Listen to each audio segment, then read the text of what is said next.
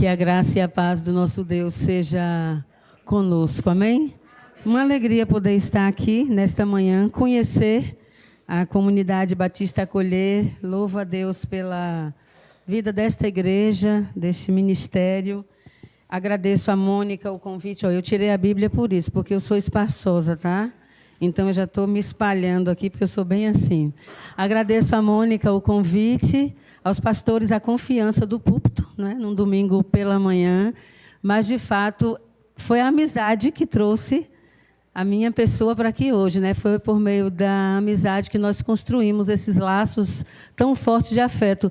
E, assim, amizade para mim é isso. A gente não vive se falando, a gente não vive se encontrando, né? Mas, quando a gente se encontra, o sentimento reacende, é uma chama que está lá acesa o tempo todo. Então, às vezes, a gente acha que amigo é só aquele que está mandando todo dia um WhatsApp, né? Não necessariamente. Nossos princípios de amizade, eles são sólidos, eles estão estruturados.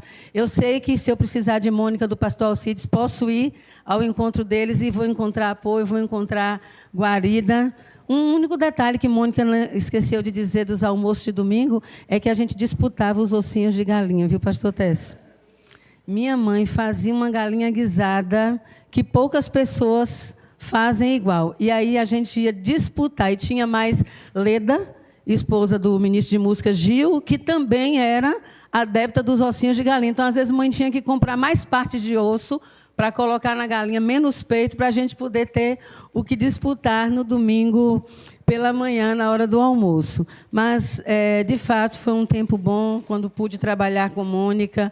Também trabalhamos juntas, né, um tempo, e foi muito gratificante.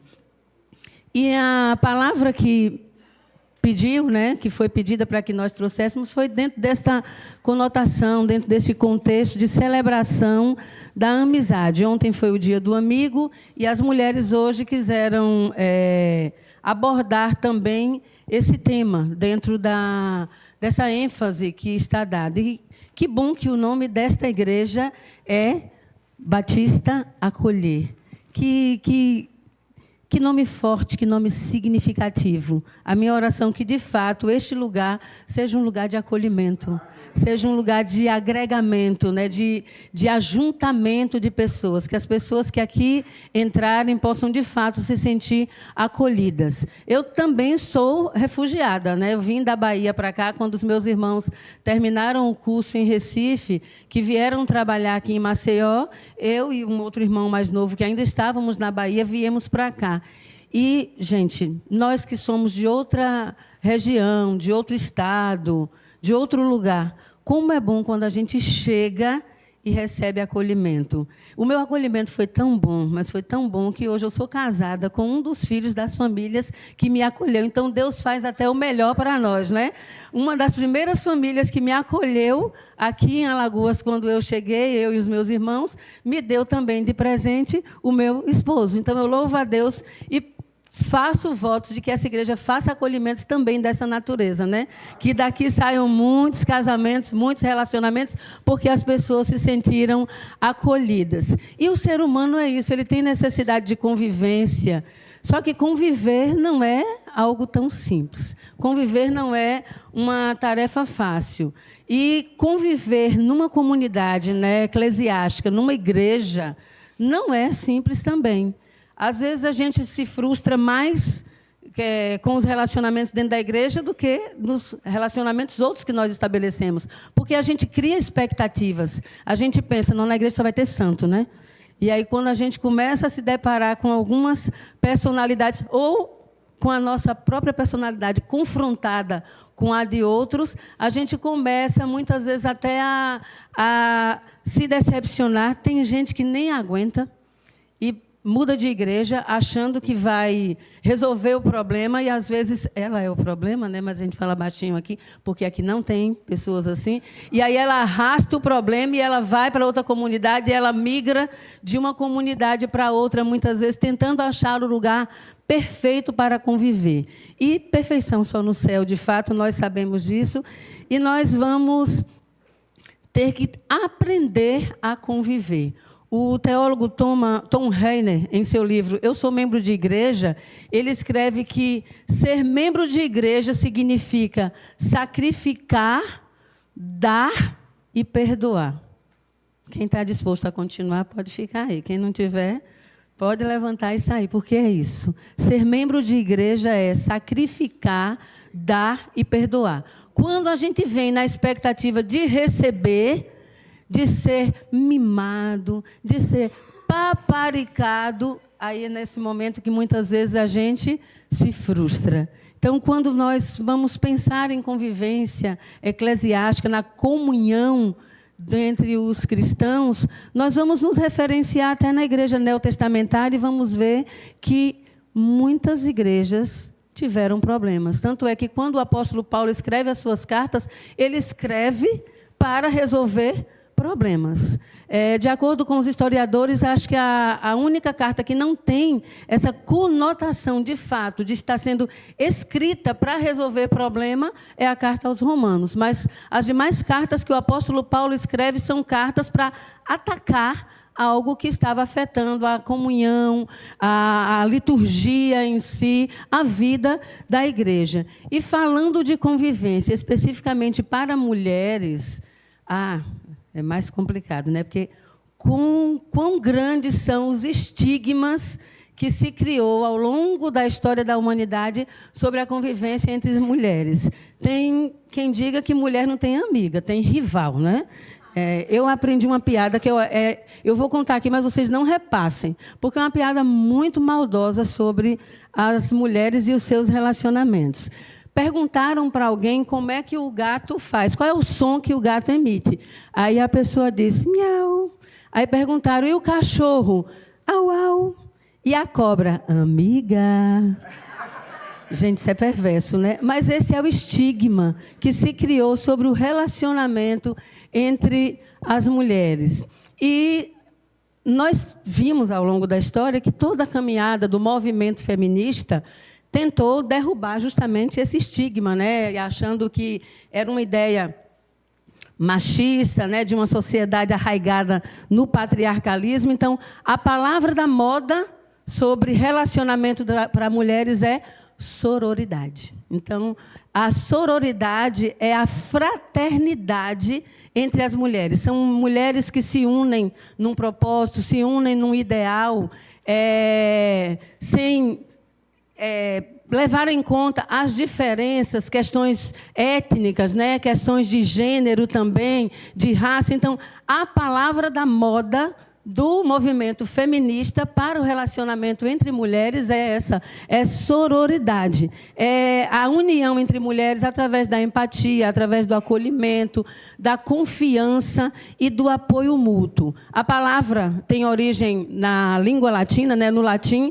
soror, e significa irmãs. Então, é a fraternidade, é a irmandade construída entre as mulheres. E aí eu fico perguntando, para além das questões que trouxeram esse termo, que não é um termo novo, é da década de 70, mas que está em uso agora nesse nosso contexto, em alta, nós podemos dizer assim, a sororidade existe entre as mulheres cristãs? Nós, mulheres cristãs, temos levantado a bandeira da união, da fraternidade, do amor. A Bíblia ela vai trazer diversos exemplos de relacionamentos entre mulheres. Iremos encontrar exemplos bons e exemplos não tão bons assim. Histórias de mulheres que foram exemplo na mutualidade, no companheirismo, né, na fidelidade, na lealdade, na presença mesmo. Se eu perguntar para vocês, um exemplo pelo menos, clássico, esse eu acho que todo mundo vai lembrar. Ruth e Noemi. É o exemplo mais clássico que nós temos de história, de companheirismo, de fidelidade, de lealdade e de amor. O livro de Ruth traz uma das declarações bíblicas mais bonitas que existem, que inclusive é usada muito nas cerimônias de casamento, por exemplo, mas que a gente sabe que o contexto ali não era de casamento, pelo contrário, era um luto, né? Uma viuvez que estava sendo chorada e lamentada, mas o texto de Ruth, ele vai trazer uma das mais belas declarações de amor. Não me instes para que te deixe e me obrigue a não seguir-te, porque aonde quer que fores, irei eu, e onde quer que pousares, ali pousarei eu. O teu povo é o meu povo, o teu Deus é o meu Deus. Onde quer que morreres, morrerei eu, e ali serei sepultada. Faça-me o Senhor que bem lhe aprouver, se outra coisa que não seja a morte me separar de ti. Que declaração belíssima. Tem alguém por quem você poderia fazer essa declaração hoje? Tem alguém? Eu não vou nem falar no seu núcleo de família, né, de parentela, não, mas no seu núcleo de amizade. Tem algum amigo, alguma amiga por quem você poderia fazer essa declaração, um amor incondicional, assim, a ponto de deixar tudo para acompanhar, para seguir, para cuidar, porque a gente sabe que a intenção de Ruth era de cuidado também da sua sogra, mas a Bíblia também nos traz exemplos não tão bons. E o estigma que eu falei, né, a frase que eu falei antes, que mulher não tem amiga, tem rival, eu fiquei surpresa quando eu estava preparando a reflexão, que me deparei, de fato, já tinha lido, mas nem lembrava, com o termo rival. E quem é que a Bíblia chama de rival? Numa relação aí entre mulheres, Penina e Ana. Penina era rival de Ana e chacoteava Ana, e debochava de Ana, e maltratava Ana, e pegou o ponto frágil, né, a fragilidade, a vulnerabilidade da vida de Ana, para justamente naquele ponto, naquela feridinha, ela atacar. Imagine a dor de Ana e Penina, insensível a essa dor, insensível àquele sofrimento, àquela angústia, e atacando. Eu vou abrir parênteses rapidinho para falar de um exemplo. Sou professora e, vez por outra, acompanho adolescentes que engravidam. E o relato é muito recorrente das meninas adolescentes, de como elas são maltratadas dentro das maternidades, por profissionais, principalmente os técnicos de enfermagem, que estão ali na liderança, né, do cuidado diário. É muito recorrente, muito forte mesmo, essa violência dentro das maternidades, no trato. Eu não estou falando violência, é no trato, principalmente com as adolescentes. Ao invés de acolhimento, naquele momento de fragilidade, de necessidade, elas são muitas vezes hostilizadas. Eu sei que a saúde está caminhando para esse processo ainda de humanização. É muito forte o movimento nesse sentido. Mas nós temos raízes muito fortes também de um passado assim, e que é um processo, é um caminho que a humanidade precisa construir neste sentido. Mas é a empatia, é o colocar-se no lugar do outro, é tomar a dor do outro para si, que muitas vezes a gente está sendo insensível neste sentido. E como Igreja de Cristo, nós precisamos fazer a diferença. Como profissionais lá fora, nós precisamos levantar a bandeira do Evangelho nas nossas atitudes, nas nossas ações, no nosso trato com o outro, na forma de acolher. É só o acolhimento que vai fazer, talvez, toda uma diferença na vida de alguém. Mas aí, nesta manhã, vou correr, porque eu tenho muito material aqui, vou correr. Nesta manhã, eu quero pensar especificamente no relacionamento de duas mulheres que o apóstolo Paulo vai abordar na carta que ele escreve aos Filipenses. Mesmo sentado como você está, abra sua Bíblia comigo aí. Na carta do apóstolo Paulo aos Filipenses, no capítulo 4, os versos 2 e 3. Carta de Paulo aos Filipenses, capítulo 4, versos 2 e 3. A gente costuma falar, abra a sua Bíblia, eu leio para o celular, acesse no seu celular também, não precisa necessariamente abrir a sua Bíblia, você pode ter a Bíblia digital aí online. E a palavra de Deus, por meio da carta que Paulo escreve aos Filipenses, diz assim: rogo a Evódia e rogo a Síntique, pensem concordemente no Senhor. A ti, fiel companheiro de julgo, também peço que as auxilies, pois juntas se esforçaram comigo no Evangelho, também com Clemente e com os demais cooperadores meus, cujos nomes se encontram no livro da vida. Paulo vai escrever especificamente para duas mulheres. O único registro que é feito sobre elas é nesse texto da carta de Paulo aos Filipenses. E Paulo vai fazer um pedido a Evódia e Síntique. Pensem concordemente no Senhor. Ou seja, vocês duas vivam em harmonia no Senhor. A Bíblia não traz detalhes do que estava acontecendo a essas duas mulheres.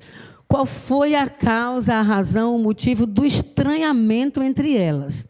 Mas a gente pode concluir que não era algo tão simples a ponto de ter motivado alguém indo ao encontro de Paulo, relatar-lhe a situação e Paulo, na carta, fazer esta referência.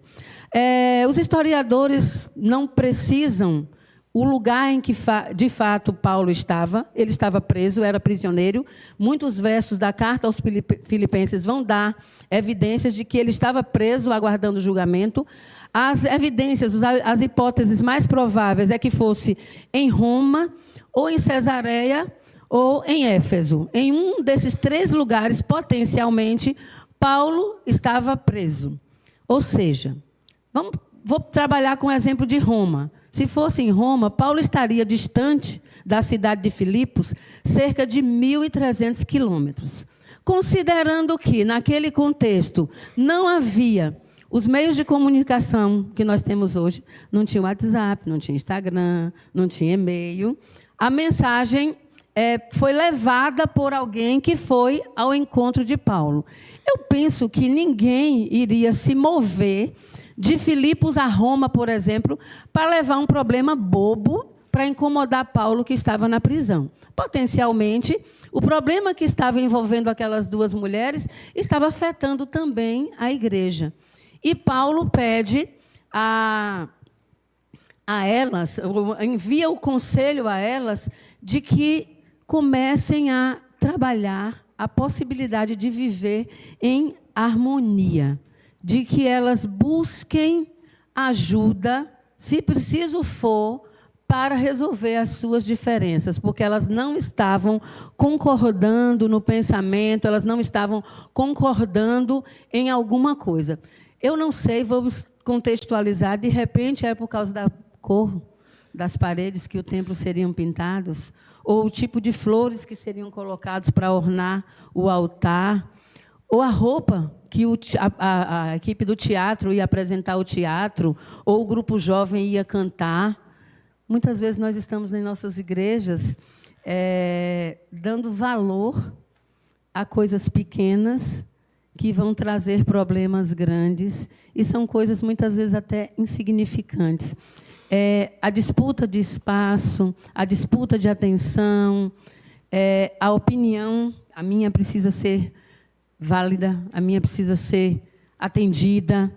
E quantas vezes nós estamos perdendo a oportunidade de viver a coinonia, de fato, de viver a comunhão, por questões pequenas, questões que eu vou chamar, desculpem a expressão, de fúteis mesmo, que passariam despercebidos sem que ninguém sentisse falta, se nós não dessemos o valor que muitas vezes estamos atribuindo a elas. A gente não sabe o que motivou o desentendimento entre Evódia e Síntique, mas era algo que estava incomodando e afetando a vida da igreja. E Paulo precisou emitir esse conselho. O que a gente percebe da carta que Paulo escreve aos Filipenses é que ele estava escrevendo de uma forma muito íntima, mas que há um grupo de amigos.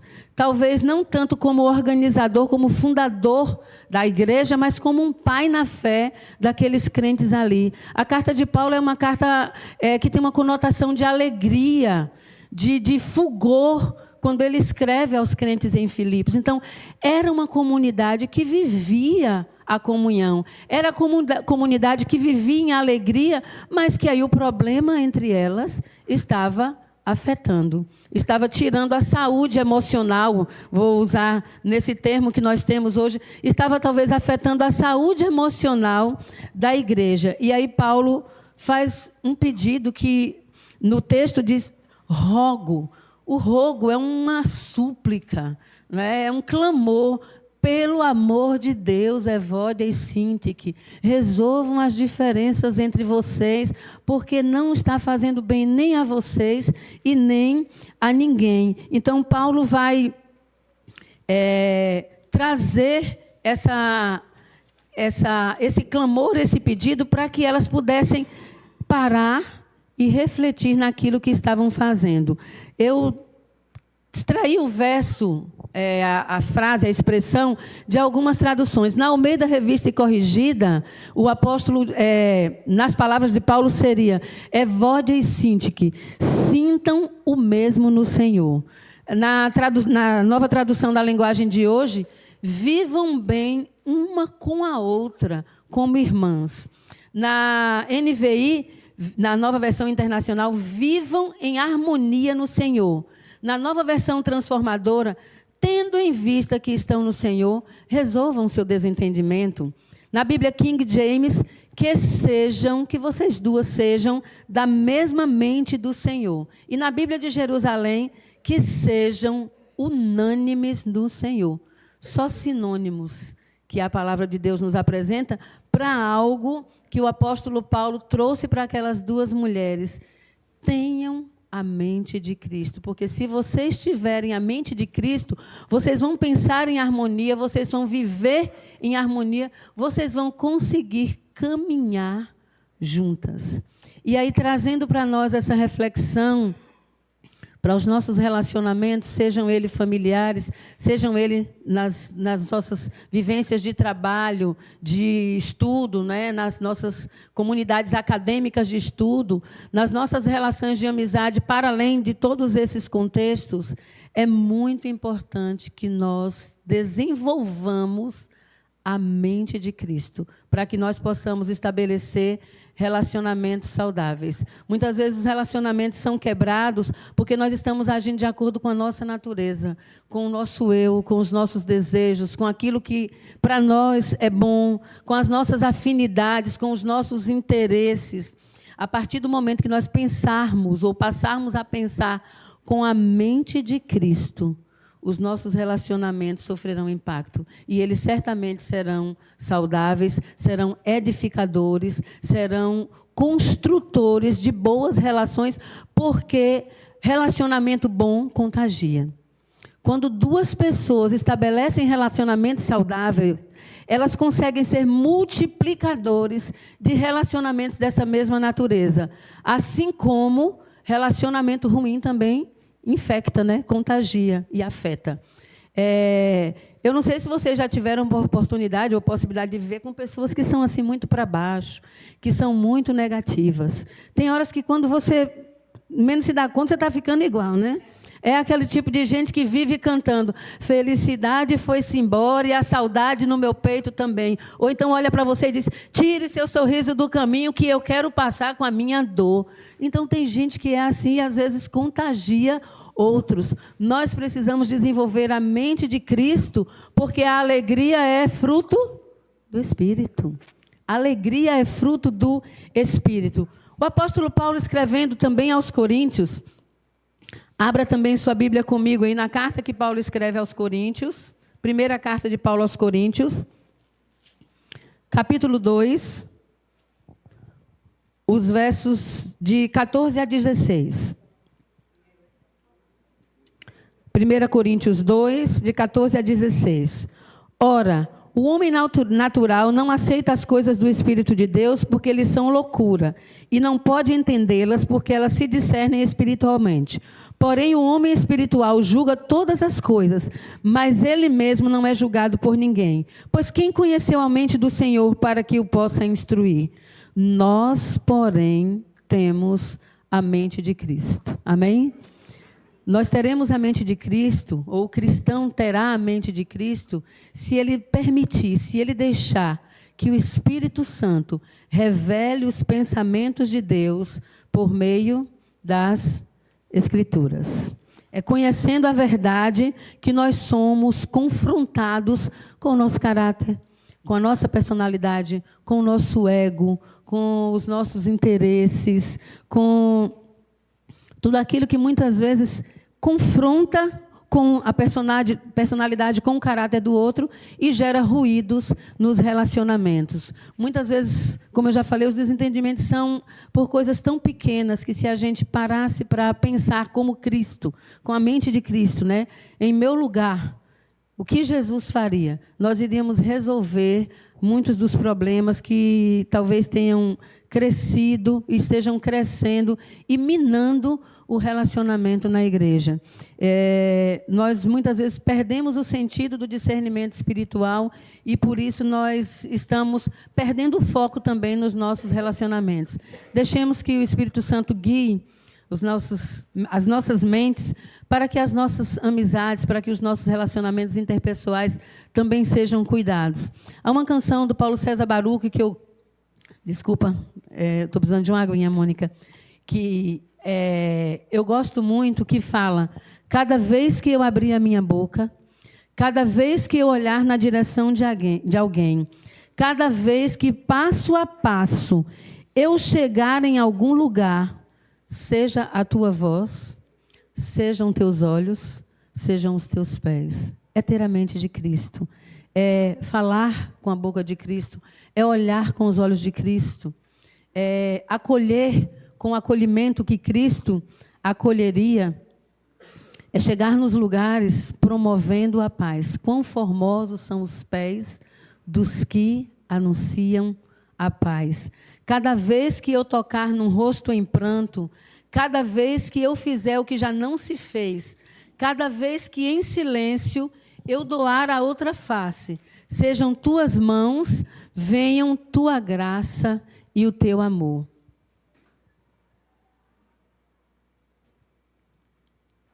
Após alguns anos de sala de aula, a gente desenvolve nódulos, né?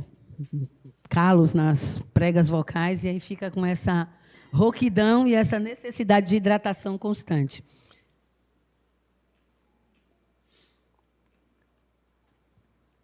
Desculpem aí, irmãos. Então, quando nós pensamos com a mente de Cristo, ou quando nós passamos a ter a mente de Cristo, tudo que nós fizermos vai ter o reflexo de Cristo nele. E os nossos relacionamentos interpessoais irão refletir essa natureza de Cristo, essa natureza, esse discernimento do homem espiritual. E aí, voltando lá para o texto de Filipos, na carta que Paulo escreve aos Filipenses, no capítulo 4 que nós lemos, o verso 3 diz assim: a ti, fiel companheiro de jugo, também peço que as auxilies, pois juntas se esforçaram comigo no Evangelho, também com Clemente e com os demais cooperadores meus, cujos nomes se encontram no livro da Bíblia.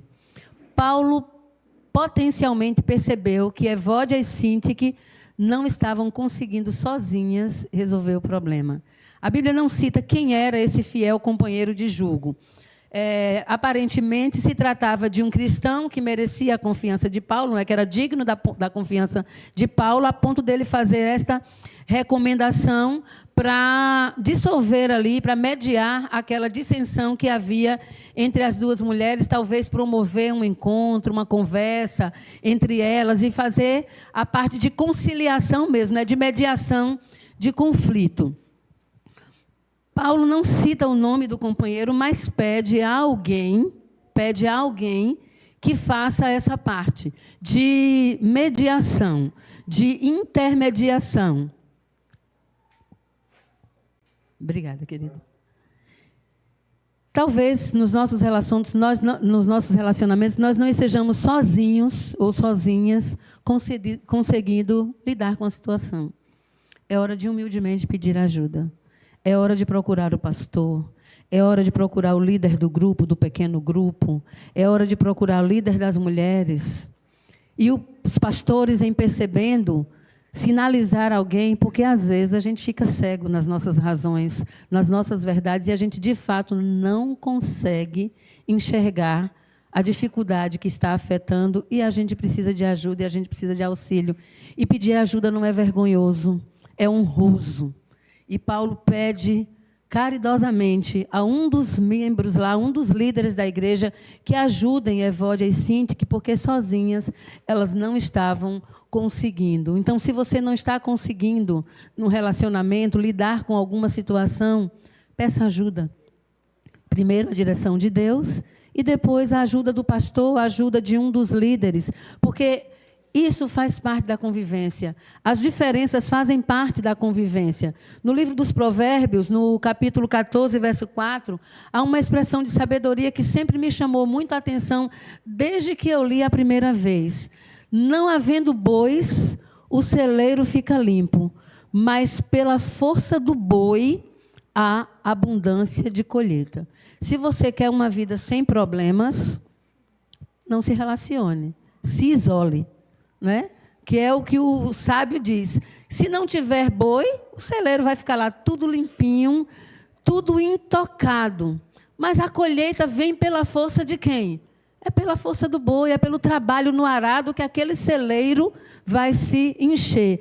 Aí eu costumo dizer que às vezes Deus coloca uns boizinhos na nossa vida, que é para mexer com as nossas estruturas de fato. Eu digo que às vezes a gente nem canta, mas a gente parece que canta assim: ó Senhor, mexe com minha estrutura. E Deus fala: é para mexer na estrutura, vou colocar uma coisinha aqui, que é para mexer de fato na sua estrutura. E aí é um relacionamento que começa a abalar as suas bases, e você precisa começar a refletir sobre a sua vida, as suas razões, as suas verdades, a sua personalidade, o seu caráter. E não é fácil a gente fazer essa introspecção, essa reflexão interior, né, de eu comigo mesmo. Então, se nós quisermos não viver em conflitos, é nos isolar. Mas o poeta também já disse que nenhum homem é uma ilha para que viva sozinho. E a palavra de Deus diz que Deus faz com que o solitário viva em família. Então, você não foi criado para viver sozinho. Você foi criado para viver em comunidade. Então, vamos aprender a conviver em comunidade. Me chama a atenção o amor com que Paulo exorta. Eu acho fantástica a forma como ele exorta. Ele, em nenhum momento, usa... E olha que o apóstolo Paulo, em algumas situações, a gente lendo as cartas, vai ver que era duro nas suas afirmações. Mas nessa relação aqui, nesse trato, ele é tão singelo, ele é tão doce. Ele faz assim: as auxilie para que elas possam conseguir resolver o seu problema. Porque Paulo vai fazer algo que muitas vezes a gente não consegue fazer, humanamente falando, reconhecer as virtudes do outro. Paulo diz assim: elas foram minhas cooperadoras, elas se esforçaram junto comigo no Evangelho. Em nenhum momento Paulo desconsiderou tudo que aquelas mulheres tinham feito com ele. E por isso ele pede: ajudem, porque elas são boas. Elas não são assim, é algo pequeno aí que está afetando a relação entre elas, mas elas têm muito mais para dar. Elas têm muito para contribuir aí com a comunidade, com a igreja. Então, resgatem essas mulheres.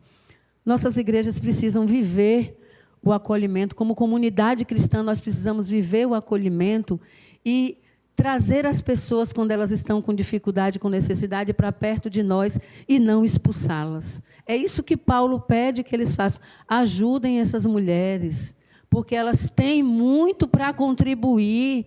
E é uma coisinha de nada aí que está afetando o relacionamento entre elas e talvez estivesse, como eu disse, afetando de fato toda a igreja. E Paulo pede a alguém que as auxilie para que haja restauração daquele relacionamento, para que vidas fossem restauradas, para que vidas fossem resgatadas.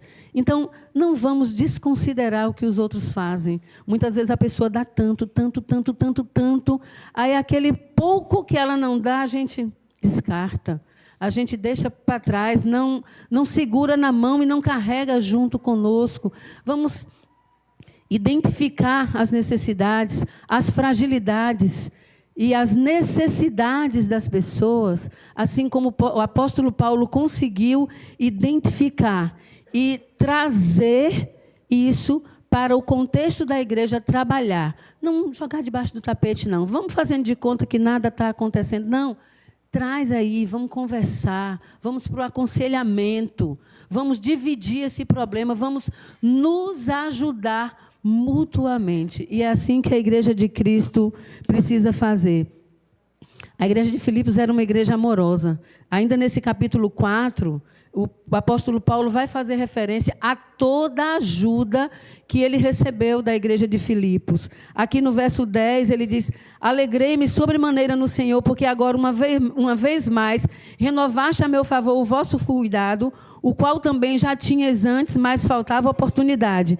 E aí ele vai dizer, sabeis vós, no versículo 15, sabeis vós, ó Filipenses, que no início do evangelho, quando parti da Macedônia, nenhuma igreja se associou comigo no tocante a dar e receber, senão unicamente vós outros. A igreja de Filipos era uma igreja amorosa, era uma igreja de cuidado, que assistia o apóstolo Paulo nas suas necessidades. Então, daí Paulo trazer a necessidade de resgatar o relacionamento dessas duas mulheres, porque não era característica daquela igreja. Aquela era uma igreja onde o amor fluía, onde o amor era nutrido nas relações, e por isso Paulo chama a atenção para que eles tivessem cuidado e aperfeiçoassem o amor nos relacionamentos que eles estavam estabelecidos. Então, uma comunidade de amor é uma comunidade que acolhe as pessoas nas suas necessidades, nas suas diferenças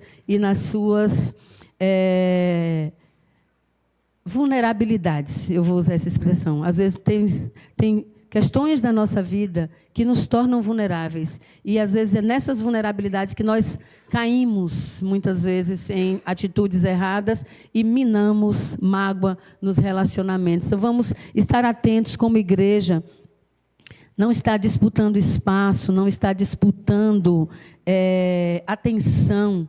É comum entre o ser humano. Nós temos necessidade, né? As redes sociais estão aí para isso.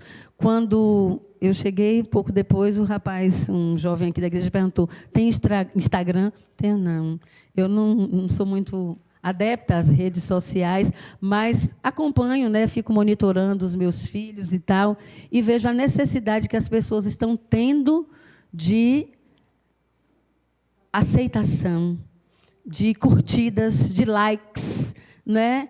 Que nós não venhamos deixar que essa característica desta geração afete os nossos relacionamentos dentro da igreja, que nós não tragamos isso, né, para dentro das nossas igrejas, para minar os nossos relacionamentos, porque se a gente quer aceitação nas redes sociais, a gente vai querer aqui no púlpito, a gente vai querer na liderança dos grupos. Precisamos ter muito cuidado, porque as pessoas estão tendo essa necessidade. É o mal do século. Mas não é o mal do século só nosso, não. Porque os discípulos viveram esse episódio. Eles iam caminhando com Jesus e discutindo entre eles qual era o maior no reino de Deus. Todo mundo quer ser maior, todo mundo quer ser visto, todo mundo quer ser notado. E Jesus, muito sabiamente, deixou, né? A conversa ir rolando entre eles e eles caminhando, e Jesus percebendo. Quando Jesus para, vocês estavam discorrendo sobre o que mesmo no caminho? Acho que só da pergunta de Jesus eles pensaram o que estavam fazendo, ficaram tão envergonhados que nem responderam, ficaram calados. E aí Jesus sabiamente diz: olha, aquele que quer ser o maior, precisa ser o menor primeiro. É assim a lógica, porque a sabedoria dos homens é loucura para Deus, mas a sabedoria de Deus não consegue ser discernida pelos homens. Então, nós precisamos ter a mente de Cristo. E, na agenda de Cristo, quem quer ser maior tem que servir. É o que o teólogo Tom Rainer disse: é dar. é perdoar, é sacrificar. Na lógica do Evangelho, relacionamento funciona assim. E é assim que nós precisamos caminhar como igreja.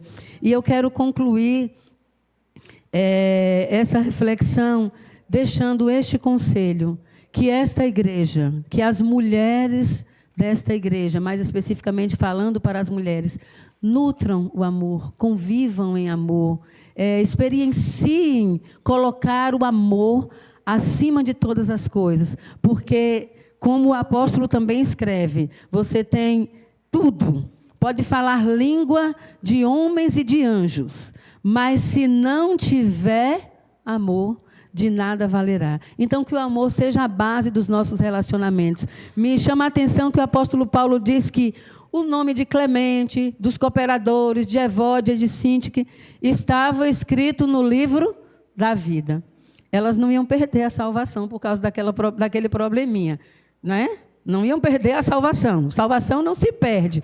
Elas precisavam começar a se relacionar na terra, porque no céu elas iam se encontrar. O nome estava escrito no livro da vida. Então, nós precisamos nutrir relacionamentos saudáveis e o amor precisa ser a base de todas as coisas. Fecho deixando a recomendação do apóstolo Paulo também na carta aos Filipenses, no capítulo 4, verso 8. Finalmente, irmãos, tudo que é verdadeiro, tudo que é respeitável, tudo que é justo, tudo que é puro, tudo que é amável, tudo que é de boa fama, se há alguma virtude e algum louvor existe, seja isso o que ocupe o vosso pensamento. E que Deus nos abençoe. Amém?